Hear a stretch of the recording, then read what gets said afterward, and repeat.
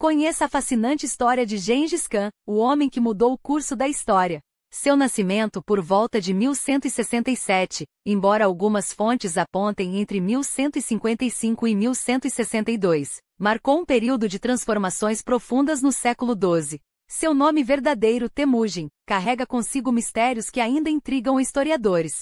Pertencente ao clã Borjigin? As evidências são controversas, mas uma coisa é certa: seu berço foi o deslumbrante Vale Superior do Onon, às margens do sagrado Monte Burkhan Kaldu, no coração das montanhas Khenti, em uma região que hoje conhecemos como Nordeste da Mongólia. Seu pai, Yesugei, não era um líder qualquer. Como chefe de um grupo de guerrilheiros mongóis, ele descendia de uma linhagem poderosa, ligada a Kabul Khan, figura proeminente do clã Borjigin no início daquele século. Embora alguns questionem se essa conexão real era genuína ou apenas uma construção posterior para engrandecer sua imagem, Yesugei exercia autoridade inegável. Seu prestígio era tão grande que na década de 1150 selou uma aliança de sangue com Togrul, líder dos Querites, uma das 5 grandes confederações mongóis da época. Essa união, no entanto, não impediria futuros conflitos entre eles. A vida de Temujin foi marcada por reviravoltas desde cedo. Aos 9 anos, seu destino já começava a se delinear. Foi prometido em casamento a Borte, filha de Deisesen, chefe dos Ongud, um povo aliado dos mongóis. O acordo, selado com a entrega simbólica de um cavalo como dote, revelava tanto a astúcia diplomática de Yesugei quanto as limitações materiais da família. O jovem Temujin, então com cerca de 12 anos, foi enviado para viver com sua futura sogra, onde passou 3 anos aprendendo os costumes dos Ongud e observando de perto o florescente comércio com o Império Jin, ao sul, uma potência que dominava vastos territórios, desde a Manchúria até o norte da China. Mas a infância de Temujin não foi apenas de preparação para o casamento. Desde pequeno, ele se destacava nas habilidades essenciais para um nômade: equitação, arco e flecha e a arte da caça com falcões. Essas não eram simples brincadeiras, mas treinamentos vitais para a sobrevivência nas estepes. Seu vínculo com a irmã, e especialmente com Jamuka, um jovem da tribo Jadaran, foi tão forte que os dois juraram lealdade eterna, selando uma amizade que mais tarde se transformaria em uma das rivalidades mais intensas da história.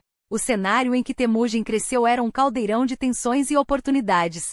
Os mongóis, divididos em facções como os Borjigins e os Taishuds, conviviam com povos poderosos, os Querites, os Tártaros, os Merquitas e os Naimanos. Ao leste e sudeste, o Império Jin, fundado pelos Jurchens, dominava com mão de ferro, enquanto ao oeste, os muçulmanos da Ásia Central enfrentavam um declínio gradual após séculos de esplendor sob o Califado Abássida. Ao norte, a imensidão gélida da Sibéria aguardava, e ao sul, as rotas comerciais que ligavam a China ao ocidente prometiam riquezas e conflitos.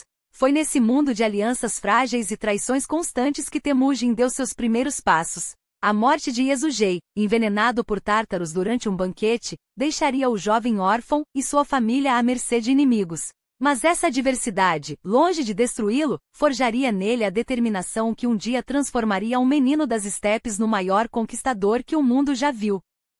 As estepes não perdoam os fracos, e a família de Temujin descobriu isso da pior maneira. Após a morte de Yesugei, Oelun, sua mãe, tentou manter unida a frágil estrutura do clã Borjigin, mas as lealdades na Mongólia eram tão voláteis quanto o vento que cortava as planícies. Um a um, os seguidores de seu marido a abandonaram, atraídos por promessas de outros líderes ou simplesmente pela certeza de que uma viúva com filhos pequenos não poderia oferecer proteção. A solidão que se abateu sobre eles não era apenas emocional.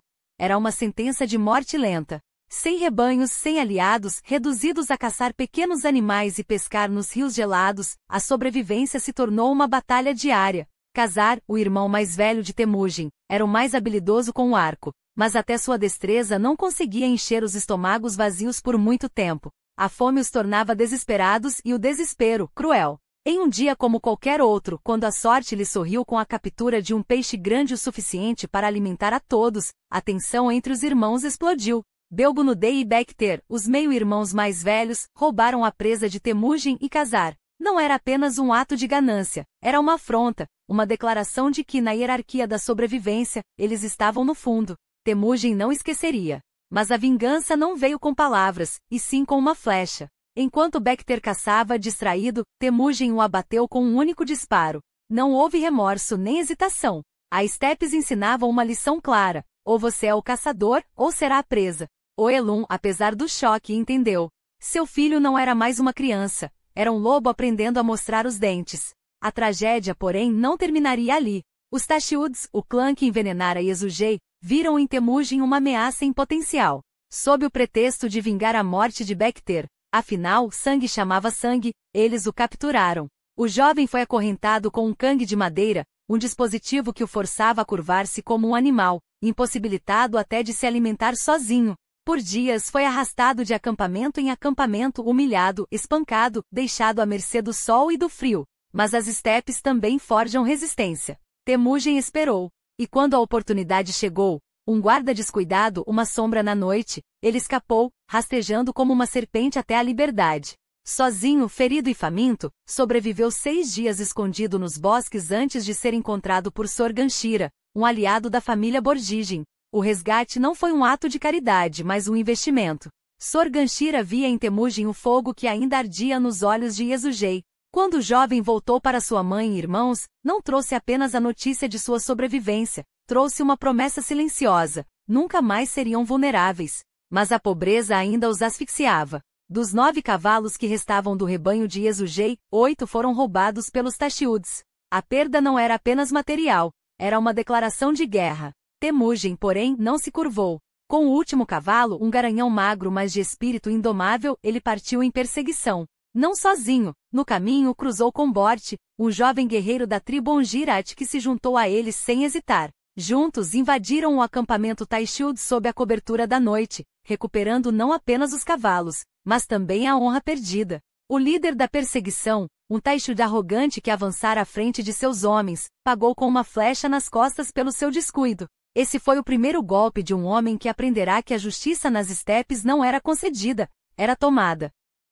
Nos anos que se seguiram, Temujin não se contentou em sobreviver. Ele teceu alianças com a mesma precisão com que afiava suas flechas. Bort tornou-se seu irmão de armas e depois seu cunhado quando Temujin casou-se com sua filha, também chamada Bort, um nome que significava gazela, mas que escondeva o temperamento de uma leoa. Juntos, eles atraíram outros jovens guerreiros desiludidos com os líderes fracos de seus clãs. Homens como Gelime, que se tornaria seu general mais leal, e Subutai, cujo gênio estratégico ainda moldaria impérios. Mas nem todas as alianças eram iguais. Jamuka, seu anda, irmão de juramento desde a infância, era um enigma. Carismático, astuto e tão ambicioso quanto Temujin, ele liderava seu próprio grupo de seguidores, os Jadaran. Por um tempo, os dois caminharam lado a lado, unidos contra os Merki, um clã que há anos aterrorizava as estepes com seus raids brutais.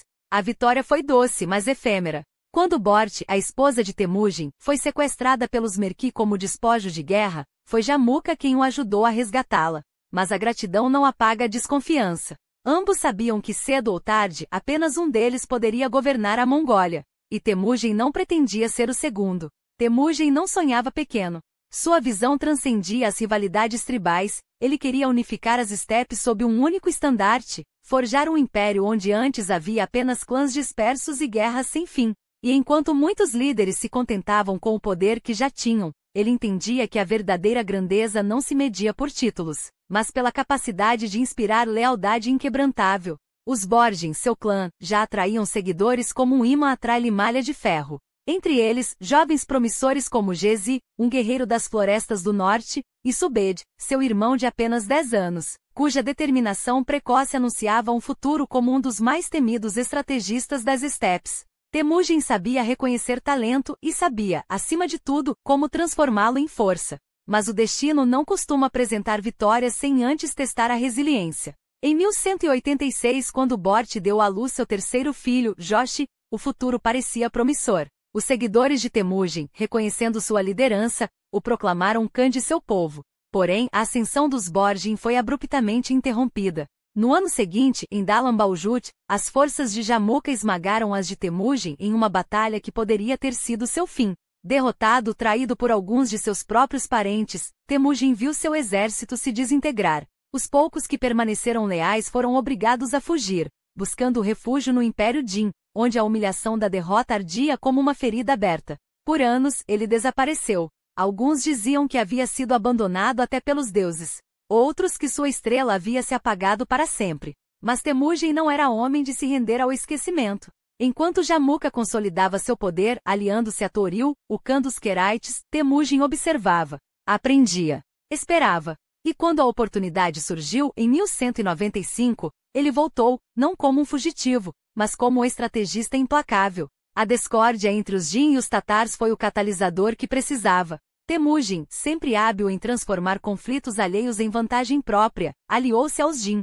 Juntos, esmagaram os Tatars em uma campanha tão decisiva que os saques subsequentes encheram os cofres de Temujin e reforçaram sua reputação. Com recursos e prestígio, ele pôde finalmente reconquistar o que havia perdido, a lealdade de Toril. Em 1197, com um gesto político magistral, Temujin não apenas restaurou seu antigo aliado como Khan dos Querites, mas também selou essa aliança com um casamento estratégico, o de seu filho Joshi com a filha de Toril. Era um tabuleiro sendo montado, peça por peça, com precisão mortal. Mas Jamuka não ficaria parado. O antigo Anda, agora seu rival mais perigoso, formou a coalizão anti-Temujin, unindo 13 tribos sob a bandeira de um Khan universal, um título que, ironicamente, Temujin um dia reivindicaria para si. As estepes ferveram com a tensão. Os Naimans, os Merkits, os Tatars, todos se aglomeravam sob o estandarte de Jamuka, temendo que se não agissem juntos, Temujin os destruiria um a um. E eles tinham razão. A guerra que se seguiu foi uma dança de sombra e aço. Temujin, mestre das táticas de guerrilha, desgastava seus inimigos com ataques relâmpago, enquanto Jamuka dependia de batalhas campais, onde sua superioridade numérica deveria prevalecer. Mas em 1201, o equilíbrio começou a pender. Subed, agora um jovem guerreiro de 20 anos, infiltrou-se no acampamento Merki e voltou com informações que permitiram a Temujin esmagá-los em uma emboscada tão rápida quanto letal. A vitória foi tão decisiva que os Merkits, outrora um pesadelo nas estepes, deixaram de existir como força independente. Jamuka, desesperado, recorreu a um último golpe, envenenar Temujin. Uma flecha atingiu seu pescoço durante uma escaramuça às margens do rio Onon. O veneno deveria ter sido fatal. Mas o destino mais uma vez interveio. Um de seus generais, Jeb, o mesmo arqueiro que quase o matara, agora seu prisioneiro, removeu o veneno com suas próprias mãos. Temujin, em vez de executá-lo, viu nele um sinal. Um homem que atira com tal precisão não deveria servir a seus inimigos, mas a ele. E assim Jeb, o Flecha, tornou-se um de seus mais leais comandantes, mais um testemunho de que Temujin não apenas vencia batalhas, ele conquistava corações. A traição, no entanto, ainda rastejava entre os seus. Seus próprios tios, invejosos de seu poder, conspiravam com Jamuka. Até seu irmão Belgutei vacilou. Mas Temujin não era homem de hesitar. Em 1202, ele contra-atacou com uma força composta por Naimans desertores e seus próprios guerreiros mais fiéis. A batalha foi feroz, mas a estratégia de Temujin, dividir para conquistar, provou-se imparável. Jamuka, finalmente derrotado, foi entregue a ele por seus próprios seguidores, que reconheceram o inevitável. As estepes pertenciam a um só homem, e esse homem não era mais Temujin. Era Gengis Khan. Do alto de seu novo quartel-general às margens do sereno rio Baljuna, Gengis Khan observava o horizonte com um olhar que já não pertencia a um simples guerreiro, mas a um visionário. Ao seu redor, os comandantes mais leais, Subutai, Jeb e Mukali, aguardavam, não como subordinados, mas como pilares de um império que ainda nem existia nos mapas, mas já pulsava no peito de cada homem ali presente. Não eram mais meros clãs dispersos, eram a vanguarda de uma tempestade que logo varreria a Ásia. E Gengis jurara com a mão sobre o coração e o fogo nos olhos, que não descansaria até que a última resistência se curvasse ou fosse esmagada. Enquanto isso, a frágil coligação de seus inimigos desmoronava como areia entre os dedos. Toril, o ambicioso Khan dos Querites, e o Jin, o traidor de ontem, haviam provado ser líderes de palha, homens cujas palavras ecoavam mais alto que suas espadas. A desconfiança corria entre suas fileiras como veneno, e Gengis, mestre em explorar fraquezas, sorria ao ver o caos que semeava sem sequer desferir um golpe. Mas havia uma presença que o aquecia mais que qualquer vitória. Khazar, seu irmão de sangue, estava de volta ao seu lado. Depois de anos de exílio e desconfiança, o laço entre eles renascia mais forte, forjado não apenas pelo sangue, mas pela certeza de que juntos, moldariam o destino das estepes. O outono de 1203 foi um banquete de glória. As planícies tremeram quando Gengis enfrentou Togiz, o último suspiro de resistência Querai. A batalha foi um turbilhão de poeira, gritos e lâminas, Mas quando o sol se pôs, só restava um fato inegável: os Queraites, outrora senhores das estepes, agora se ajoelhavam ou fugiam como cães espancados. O Jin, em sua arrogância, acreditara que suas tropas aguentariam 3 dias e aguentaram. 3 dias de carnificina, até que Mukali, o estratégico, infiltrou-se no acampamento inimigo como uma sombra e cortou a cabeça da serpente. A notícia correu como fogo: o Jin estava morto, abatido não por um exército, mas pela traição de seus próprios homens, que preferiram a misericórdia de Gengis à incerteza de um líder condenado. Mas a guerra não era apenas feita de espadas. Era uma dança de mentes e Gengis, mais que qualquer outro, sabia que o terror poderia ser tão afiado quanto uma cimitarra. Quando Pigs, um dos últimos generais Queraites, tentou escapar do campo de batalha, encontrou não a liberdade, mas a morte nas mãos de bandidos, ou assim se fez crer. Na verdade, eram homens de Gengis disfarçados, espalhando a mensagem silenciosa: não há escapatória. E enquanto os sobreviventes tremiam, ele estendia a mão em gesto de paz aos Queraites derrotados, oferecendo-lhes um lugar sob seu estandarte. Unam-se a nós, dizia com uma voz que era ao mesmo tempo um convite e uma sentença. Ou desapareçam. A unificação das tribos mongóis e Queraites não foi um acordo, foi um reconhecimento. O mundo estava mudando, e aqueles que não se adaptavam seriam varridos. Até os antigos inimigos como os Naimans e os Merkites começaram a murmurar entre si, divididos entre a lealdade a Jamuka, agora um fantasma de si mesmo, e a inevitabilidade de Gengis. Este, por sua vez, não perdia tempo. Reorganizou seu exército não como uma horda desordenada, mas como uma máquina de guerra, divisões de 10, 100 mil homens cada uma com seu comandante, sua função, sua disciplina de ferro. E para selar sua aliança com o futuro, estabeleceu laços com o Império Jin da China. Não como súdito mas como parceiro, um gesto que deixava claro: seu olhar já se voltava para além das estepes. Sua guarda pessoal, os Kesik, não era apenas uma elite militar, era o símbolo de um novo ordem. Homens leais até a morte, treinados não só para lutar, mas para governar. Porque Gengis não queria apenas conquistar, queria reconstruir. Criou estruturas administrativas onde antes havia apenas o caos, impôs leis onde reinava a vingança, e ofereceu uma escolha aos derrotados: submeter-se com dignidade ou ser esmagado sem piedade. Não era crueldade, era pragmatismo. E funcionava. Tribo após tribo, os chefes se ajoelhavam não por medo, embora o medo fosse útil, mas porque viam em Gengis algo que nenhum outro líder oferecia: um futuro. Em 1204, ele convocou um Kurultai, não uma simples reunião de guerreiros, mas um conselho que selaria o destino de um continente. Os nobres mongóis, os generais vitoriosos, os antigos rivais agora aliados, todos se reuniram sob o céu infinito das estepes. E quando Gengis falou, não foi como Temujin, o órfão que lutara por migalhas. Falou como o homem que já havia unificado metades de um mundo fragmentado. Seu alvo agora era o Naiman Khan, o último grande obstáculo. Não esperem pela primavera, ordenou. Atacaremos em maio. E assim o fizeram. Com um exército que, embora menor, movia-se como um único corpo, Gengis avançou sobre o território Naiman. À noite, seus homens acendiam não uma, mas 5 fogueiras cada, um truque simples, mas que transformava 1000 guerreiros em 5.000 aos olhos do inimigo.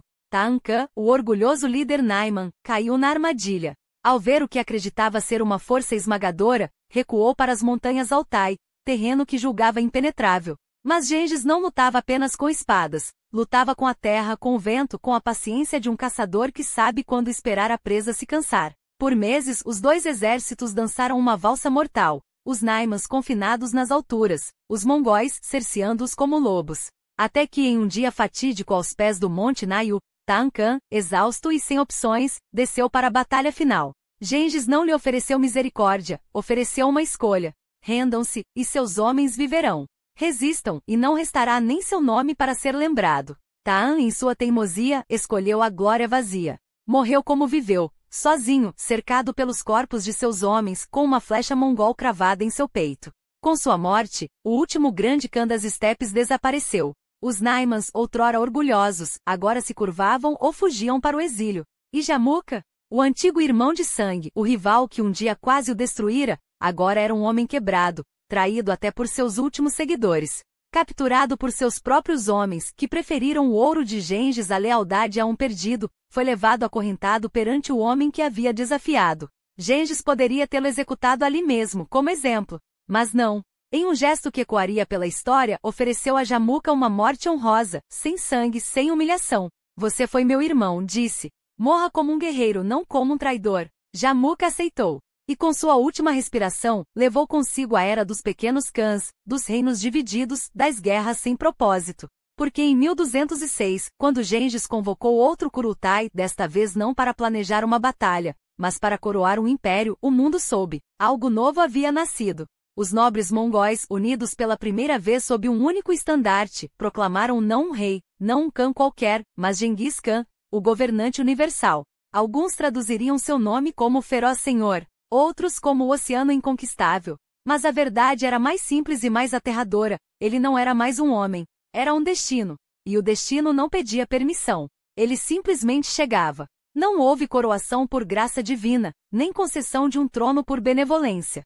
Gengis Khan tomou o poder como um homem toma o fôlego após emergir das profundezas, não como um privilégio, mas como um direito conquistado na lama, no sangue e na lealdade inquebrantável daqueles que o seguiram até o fim do mundo. E quando o mundo viu aquele homem antes um exílio, agora envolto em peles de lobo e ouro saqueado, soube que as regras haviam mudado. Não mais súplicas, não mais negociações. A partir daquele dia a história seria escrita com o aço das espadas e a tinta dos decretos imperiais. Ele não agradeceu. Ele recompensou. Os primeiros a sentirem o peso e a glória dessa nova era foram os que haviam marchado ao seu lado quando o deserto era seu único reino. Bu e Boku, os irmãos de armas que dividiram com ele o pão amargo dos anos de fuga, agora se viam elevados não por nascimento, mas por mérito. Jeb, o flecheiro que transformava o vento em aliado, e Subedei, o estrategista cujos planos se desenrolavam como teias de aranha sobre os campos de batalha, foram coroados como os primeiros entre os generais. Não havia título que pudesse conter o que eles haviam se tornado. Não eram mais comandantes, eram instrumentos do destino que Gengis agora encarnava. E então veio a forja do novo mundo. O Conselho dos Nove não era um salão de nobres ociosos, mas uma mesa de guerra onde cada voz tinha o peso de uma lâmina afiada. Ali pastores tornaram-se estadistas, caçadores viraram legisladores, e a antiga ordem tribal, aquela que dividia os mongóis em clãs rivais, foi esmagada sob a bota de um único propósito: unidade. Não a unidade frágil dos juramentos quebradiços, mas a solda de ferro de um povo que pela primeira vez, olhava além das estepes e via um império. Gengis não uniu tribos. Ele fundiu almas. E para que nenhuma dúvida restasse, ele reescreveu até a maneira como eles lutariam. O exército que surgiu não era um ajuntamento de guerreiros, mas uma máquina. 10 homens formavam uma Arban, 10 Arbans, uma Zum. 1000 homens, um Mingan. 10.000, um Tumen. Não por acaso, mas por desígnio. Cada unidade era um dente na engrenagem, cada soldado um elo na corrente que arrastaria continentes. Os velhos laços de sangue? Irrelevantes. Agora, o que importava era a lealdade ao estandarte negro, a obediência ao código que Gengis esculpiu não em pedra, mas no osso dos seus inimigos. E os inimigos? Eles se tornariam os maiores aliados. Porque Gengis não conquistava terras. Ele conquistava homens. Os clãs derrotados não eram exterminados, mas absorvidos. Os generais rivais não eram executados, mas promovidos. Até os filhos dos nobres que um dia o traíram agora juravam sobre suas espadas servir ao Khan, não por medo, mas porque ele lhes oferecia algo que nenhum outro líder ousara, um lugar na história. A Keshig, sua guarda pessoal, não era composta de aristocratas de sangue azul, mas de guerreiros escolhidos entre os mais brutais, os mais astutos, os que provaram sua valia não em salões, mas nos campos onde a terra bebia o sangue dos fracos. Até seus filhos Joshi, o orgulhoso, Chagatai, o implacável, Ogedei, o estrategista, Tolui, o leal, foram moldados não como príncipes mimados, mas como generais. Não herdariam um reino.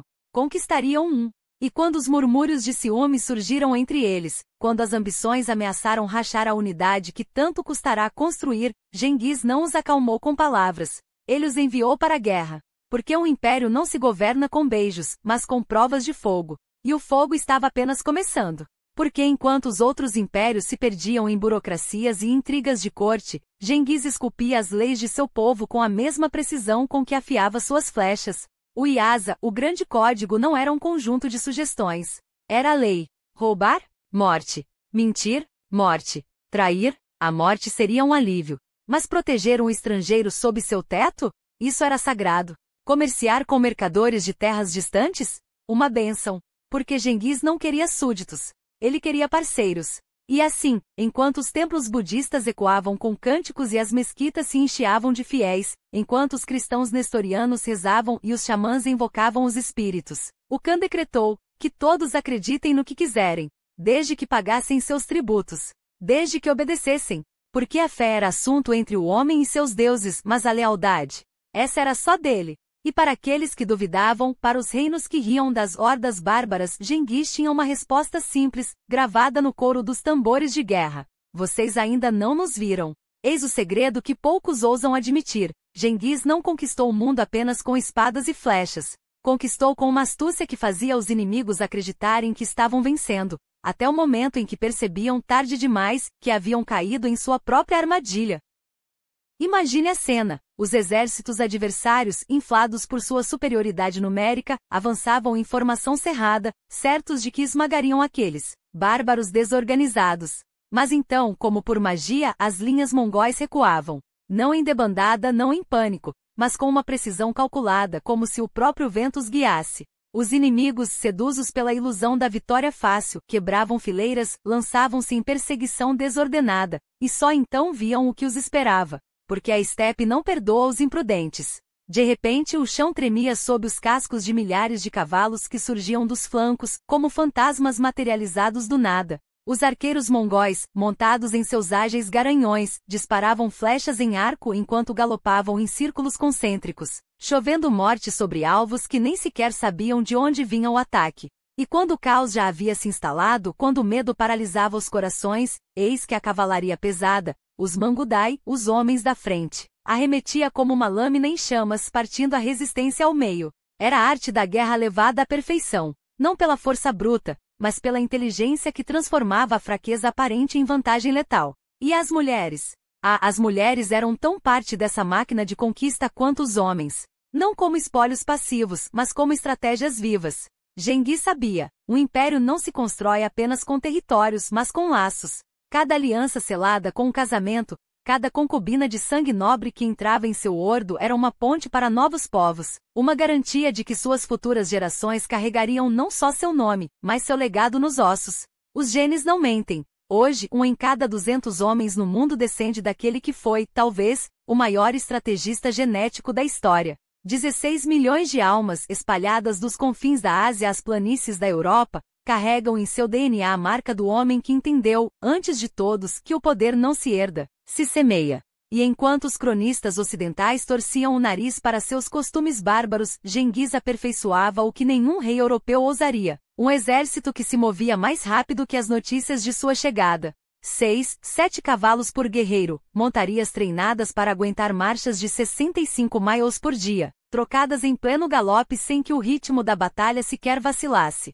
Imagine, enquanto os exércitos medievais arrastavam suas carruagens de suprimentos e cavaleiros blindados que mal conseguiam se manter sobre seus corcéis, os mongóis avançavam como um vendaval leve, implacável, alimentados pela carne seca e pelo leite de égua fermentado que levavam nas celas. Não precisavam de estradas. Não precisavam de castelos. A estepe era seu reino, e o céu, seu teto. Mas até o céu tem limites, e Genghis os ultrapassou. Porque quando as muralhas da cidade se erguiam diante dele, desafiadoras, ele não recuou. Aprendeu. Adaptou-se.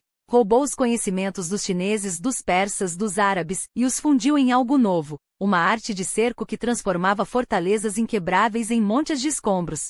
Catapultas que arremessavam não só pedras, mas cadáveres infectados pela peste. Torres de assalto móveis construídas por engenheiros capturados que, ironicamente, agora trabalhavam para destruir os seus próprios. E quando as portas finalmente cediam, a mensagem era clara: a resistência era inútil. A rendição, porém, podia ser recompensada. Era Carroten de Chique em sua forma mais pura, o bastão para os teimosos, a cenoura para os sábios. E assim, peça por peça, o tabuleiro do mundo foi sendo rearrumado. Os turcos das florestas siberianas, os buriates com seus xamãs, os kirguizes e os urates, todos, um a um, dobraram o joelho ou foram quebrados. Até os uigures de Turquestão Oriental, orgulhosos de suas cidades oásis, viram suas mesquitas se transformarem em estábulos para os cavalos mongóis. Não por crueldade, mas por cálculo, Genghis não queria destruí-los. Queria que servissem, que trabalhassem, que pagassem. porque um império não se mantém com sangue, mantém-se com tributos. E enquanto os imperadores da China se digladiavam em suas dinastias decadentes, os Jurchen-Jin no Nordeste, os Tanguts do Xia Ocidental sonhando com sua autonomia, os Song do Sul afogados em sua própria burocracia, Genghis observava, esperava. Como um lobo que circunda a manada, ele sabia, o momento certo chegaria. E quando chegasse, não haveria muralha alta o suficiente, exército grande o suficiente, ou Deus poderoso o suficiente para detê-lo, porque o mundo ainda não havia visto o que ele era capaz de fazer. E acredite, o pior, ou melhor, dependendo de que lado você estava, ainda estava por vir. Ao sul do rio Yi, a dinastia Song brilhava como um farol de refinamento, um reino que apesar de sua beleza já nascia frágil. Enquanto os chineses se digladiavam entre si, divididos como um império rasgado ao meio, Genghis Khan observava aquelas terras com um sorriso que não prometia paz, mas sim uma tempestade. Os Tanguts do Xia Ocidental, com suas riquezas tentadoras, foram seu primeiro teste. Não por acaso, não por piedade, mas porque a guerra, para ele, era um jogo de tabuleiro onde cada peça derrubada alimentava a próxima jogada. Em 1205, os primeiros raids mongóis caíram sobre o Xia como um presságio. 2 anos depois, a campanha se tornou uma enxurrada. Os Tanguts, orgulhosos e desunidos, tentaram comprar tempo com tributos, ouro, seda, promessas vazias. Genghis aceitou sorrindo enquanto afiava a lâmina. Em 1209, a mascarada acabou. Uma força de aniquilação, forjada no fogo das estepes, marchou sobre suas cidades. Punição, disseram os cronistas. Lições, corrigiu o Khan. Os Tanguts, desesperados, dobraram-se em submissão formal, jurando lealdade com as mãos ainda tremendo do último saque. Mas Genghis não governava por juramentos. Governava por resultados. E então veio a hora do verdadeiro prêmio, o Império Jin. Os Jin, donos do norte da China, haviam se tornado um espinho na carne mongol. Seus raids constantes nas fronteiras, sua arrogância em tratar as estepes como terra de ninguém, tudo isso era um convite à destruição. E Genghis, aos 49 anos, não era homem de recusar um convite. Em 1211, enquanto a neve ainda cobria as planícies, ele reuniu o Grande Conselho. Não houve discursos longos. Não houve dúvidas. Apenas uma ordem fria como aço. Vamos tomar o que é nosso. 100.000 guerreiros responderam ao chamado. Uma força tão vasta que o chão estremecia sob seus cascos.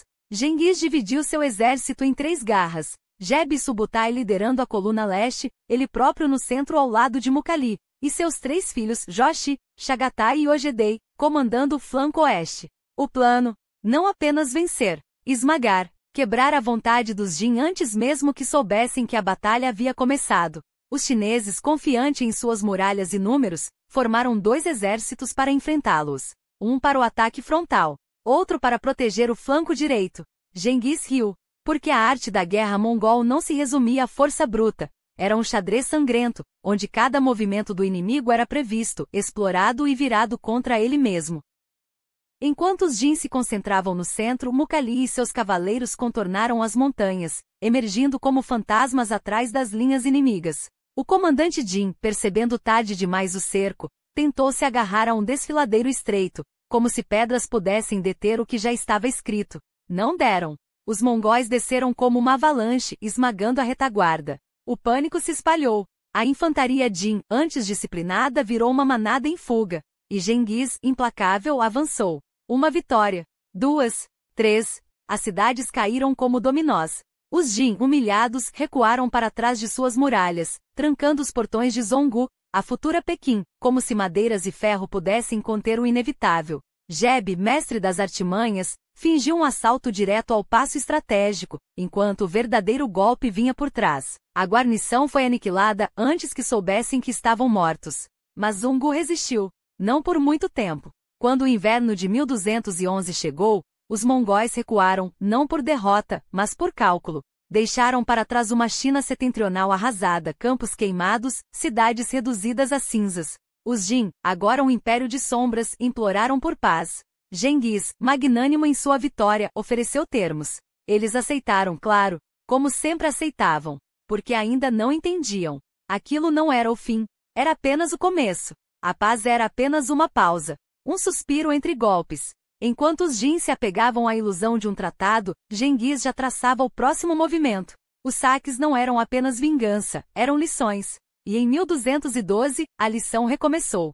Jeb, o flecheiro que nunca errava, liderou uma incursão tão profunda que Manchúria tremeu. Cidades caíram como frutas maduras e os Khitan, aqueles antigos senhores das estepes, finalmente entenderam. Não havia espaço para dois impérios sob o mesmo céu. Quando Liao Yang, o traidor que um dia servirá aos Jin, ergueu a bandeira da revolta em outubro, não foi por lealdade, foi por sobrevivência. A maré estava virando, e Genghis não esperava. Daton, a fortaleza inquebrável, tornou-se o próximo alvo. Mas o Khan não estava lá. Uma flecha, um ferimento, um recuo estratégico. Os Jin celebraram como se tivessem ganho a guerra. Não sabiam que estavam apenas adiantando o funeral. Em 1213, o cerco a Zongu não foi uma batalha, foi um abate. Os mongóis não sitiaram a cidade, eles a estrangularam. 4 colunas de cavaleiros cortaram os suprimentos, queimaram os campos, deixaram os muros repletos de corpos famintos. Dentro das muralhas, o imperador Jin, aquele fantoche que ainda se chamava de Filho do Céu, ofereceu ouro, seda, princesas, qualquer coisa para salvar a pele.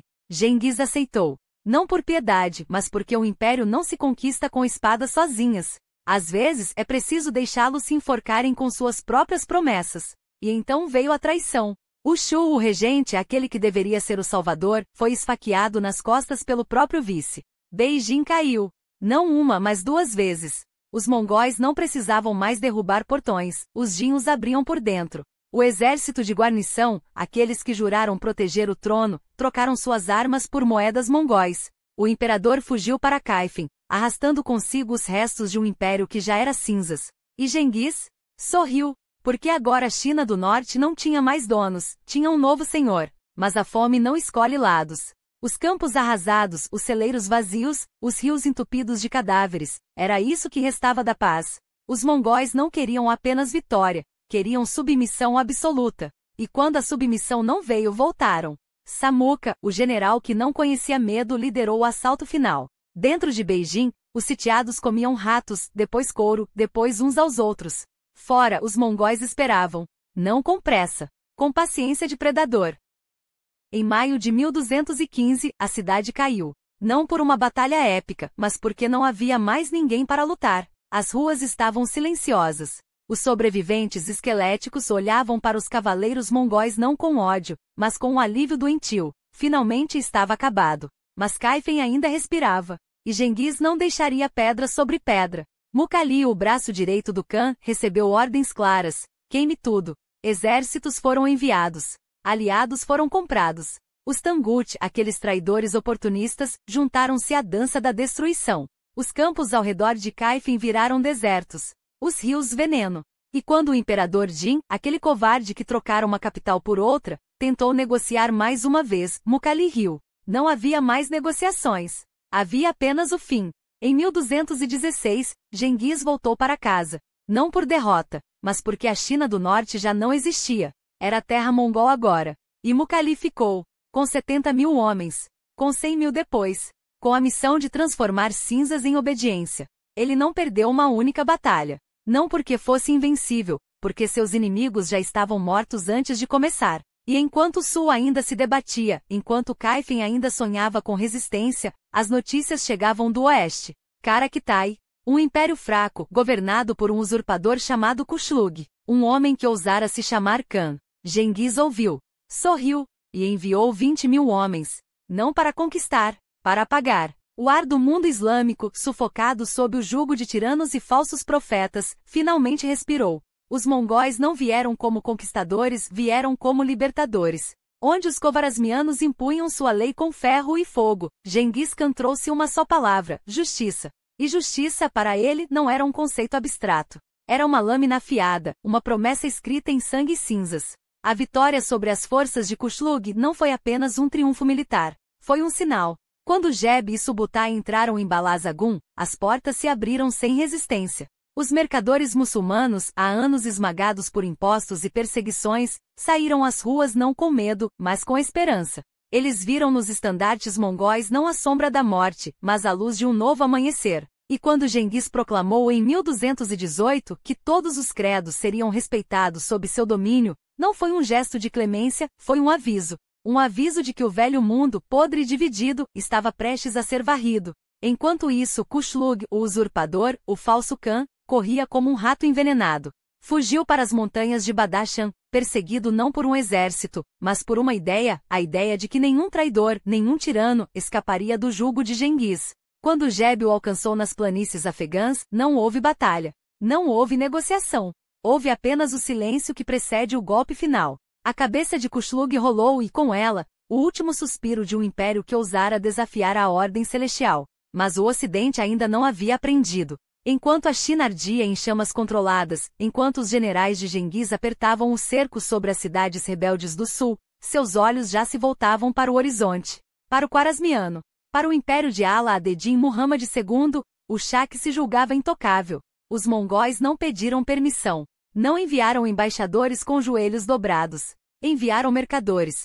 Homens simples com sedas e ouro, sorrindo enquanto cruzavam as fronteiras do império mais rico do mundo. E quando o governador de Otrar Inaushik olhou para aqueles rostos estrangeiros e viu não oportunidades, mas espiões, ele selou o destino de seu povo com um único gesto: a execução. Genghis Khan ouviu a notícia em silêncio. Não gritou. Não quebrou nada. Apenas virou-se para seus generais e sorriu, aquele sorriso que fazia os homens fortes tremerem. Eles nos deram um presente, disse. Agora temos uma razão. A máquina de guerra mongol despertou. 30.000 cavaleiros, forjados no gelo da estepe, marcharam para o oeste. Não como um exército. Como um castigo. Jeb e Subutai, os cães de guerra de Genghis, avançaram como uma tempestade, devorando as planícies do Khwarasmiano antes que o Shah sequer soubesse que estava em guerra. Eles não saquearam. Não pilharam. Desapareceram com as guarnições inimigas, deixando para trás apenas o eco de cascos e o cheiro de sangue seco. Enquanto isso, no coração do império, o Shah Ala ad-Din Muhammad II reunia seus conselheiros. Homens sábios, homens de fé, homens que sussurravam sobre defesas, sobre muralhas, sobre a vontade de Alá. Mas o Shah não ouvia. Ele via apenas números, 200.000 soldados. Cidades inquebráveis. Um império que durará séculos. Ele não entendia. Genghis Khan não lutava contra exércitos. Lutava contra medo. E o medo já havia infectado as fileiras khwarasmianas antes mesmo do primeiro golpe. Quando os mongóis cruzaram o Sardária, não encontraram resistência. Encontraram desespero. As guarnições fugiam. Os governadores se rendiam. E as cidades, abriam seus portões como amantes traídas, ansiosas para trocar um mestre cruel por outro que ao menos cumprisse suas promessas. Samarcanda, a joia do Islã, a cidade que desafiara Alexandre, tremia. Seu Shah, agora um fantoche de sua própria mãe Terkin Khatun, enviava ordens contraditórias, enquanto os mongóis avançavam como uma maré negra. Os mercadores muçulmanos, aqueles mesmos que haviam sido massacrados por Inaushuk, agora retornavam, não como vítimas, mas como guias. Eles conheciam os caminhos secretos. Sabiam onde os tesouros estavam escondidos.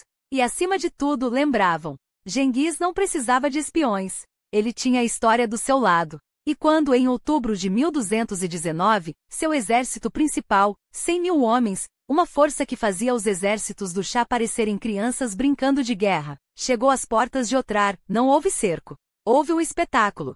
Uma pequena força mongol avançou pelo rio, como se fosse um erro tático. Como se fossem fracos. E quando os khwarasmianos, sedentos por uma vitória fácil, saíram de suas muralhas para esmagá-los, encontraram não um bando desorganizado, mas a armadilha perfeita. O exército de Genghis emergiu como um pesadelo. Dos dois lados do rio, das colinas, das sombras. E quando o sol se pôs, não restava um único soldado do Shah em pé. Otrar não caiu. Evaneceu. E enquanto o Shah em Samarcanda ainda sonhava com negociações com tributos com a misericórdia de um deus que parecia ter abandonado seu povo, Genghis Khan já estava traçando no mapa o próximo nome a ser apagado. Bukhara, Urgish, Mary. O mundo ainda não sabia, mas o maior império da Terra estava prestes a se tornar cinzas. E das cinzas, apenas uma lei permaneceria. A lei do céu azul. Os mongóis não eram apenas um exército. Eram a tempestade que varria a história com uma precisão cirúrgica.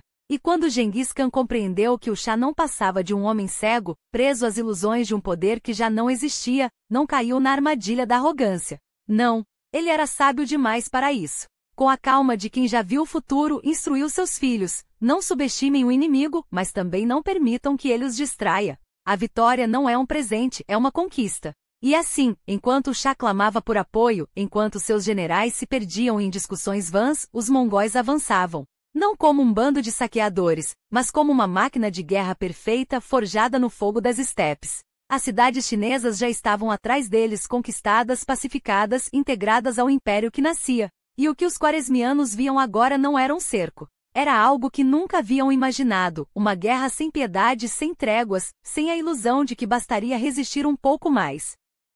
Fevereiro de 1220. O inverno ainda gelava as planícies, mas nada deteria a marcha. Jeb, o flecheiro, sorriu ao virar suas tropas para o sul, cortando o caminho de fuga como uma lâmina. Nenhum deles escapará, murmurou, enquanto seus cavaleiros se espalhavam como uma mancha de óleo sobre o mapa. Genghis e Tolui, à frente de 40.000 homens, avançavam em formação impecável, suas sombras alongando-se sobre as colinas como um presságio. Não havia pressa. Havia apenas a certeza. E então chegou Bucara. A Bucara, joia do Islã, centro de saber, cidade onde os mercadores sonhavam com sedas e os poetas cantavam versículos sob a luz das mesquitas. O Shah Muhammad, agora acossado como um animal ferido, ainda tentava entender como tudo havia desmoronado tão rápido. Eles não podem estar em todos os lugares, gritava aos seus generais. Mas estavam. Os mongóis não cercavam Bucara. Eles a engoliam. 2 dias. Foi tudo que levou para que as muralhas, orgulho de séculos, se transformassem em ruínas. Os ricos foram os primeiros a sentir o peso da nova ordem, seus tesouros confiscados, suas vidas poupadas apenas se servissem ao império. A queda de Bucara não foi uma derrota. Foi um aviso. E a estrada para Samarcanda, apenas 150 milhas a leste, já tremia sob os cascos dos cavalos mongóis. O Shah, agora um fantasma de si mesmo, fugia. Seus 100.000 homens, outrora um exército temido, desfaziam-se como areia ao vento. Alguns desertavam. Outros morriam sem nem sequer ver o rosto do inimigo. E Genghis? Ele observava, impassível, enquanto seus generais executavam a dança macabra do cerco. Samarcanda não será diferente, disse a Tolui, enquanto os canhões de assédio eram arrastados para a posição. Mas faremos com que durma para sempre. E então veio o golpe final. Os defensores de Samarcanda lutaram. Oh, como lutaram! Mas contra quem?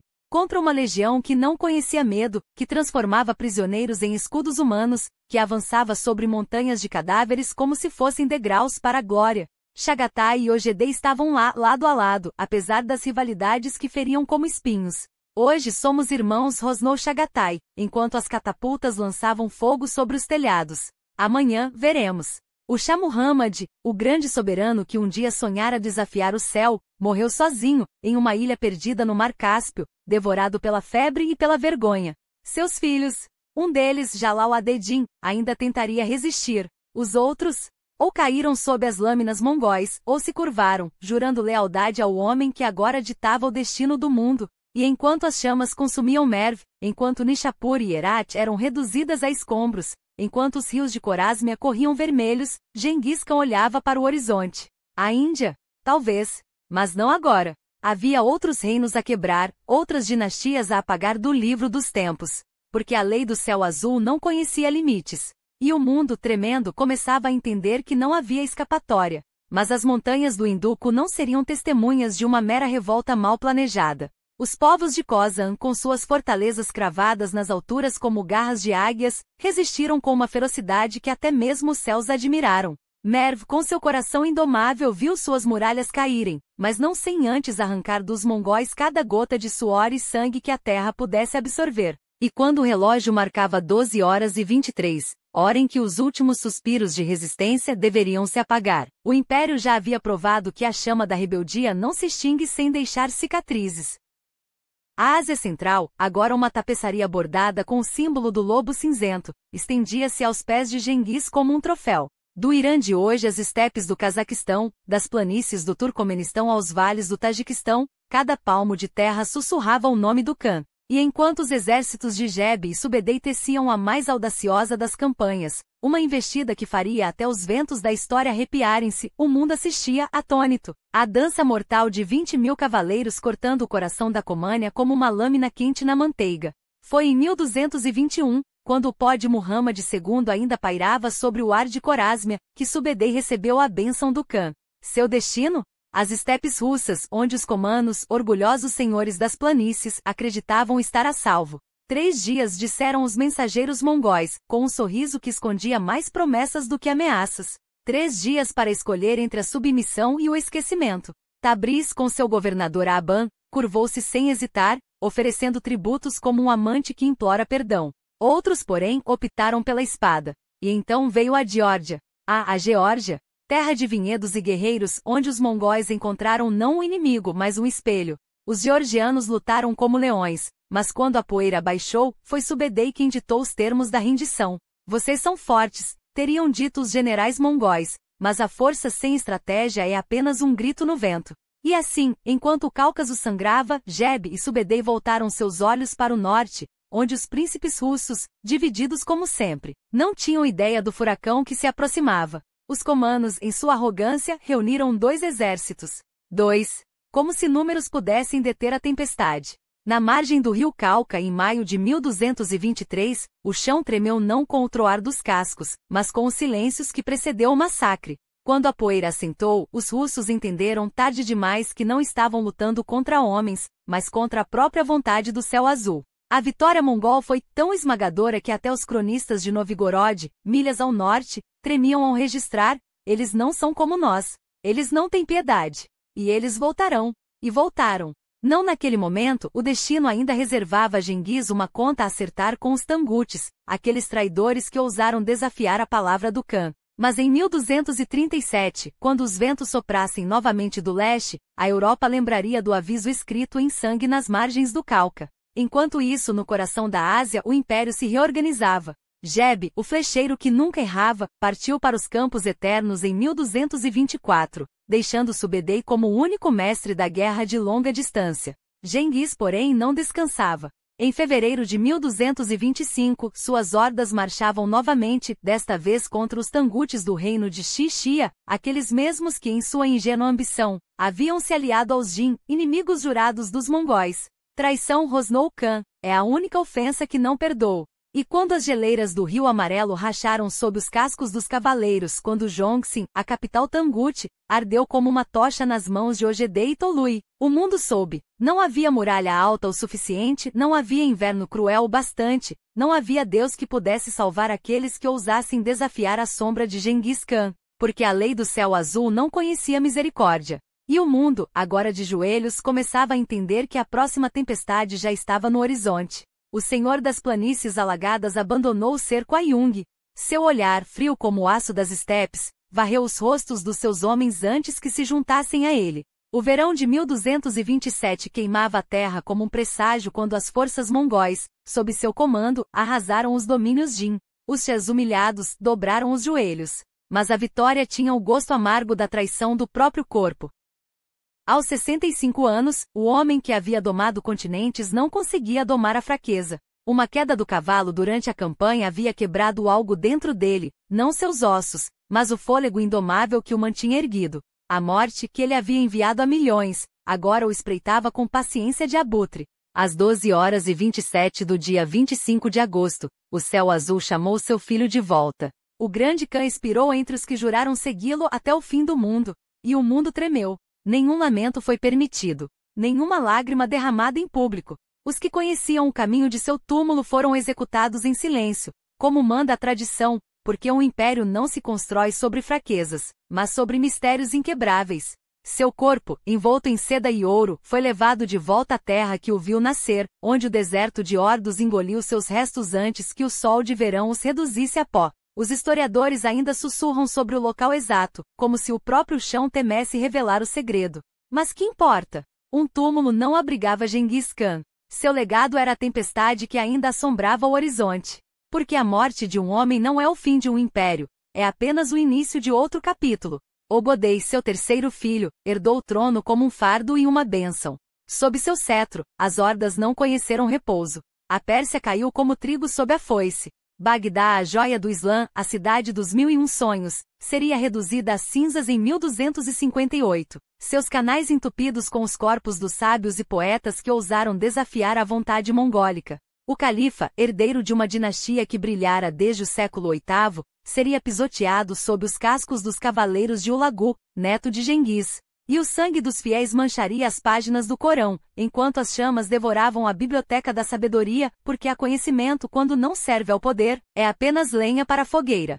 Ao leste, a Coreia resistiu como um espinho na garganta do império, mas até ela se dobraria, século após século, sob o peso das invasões.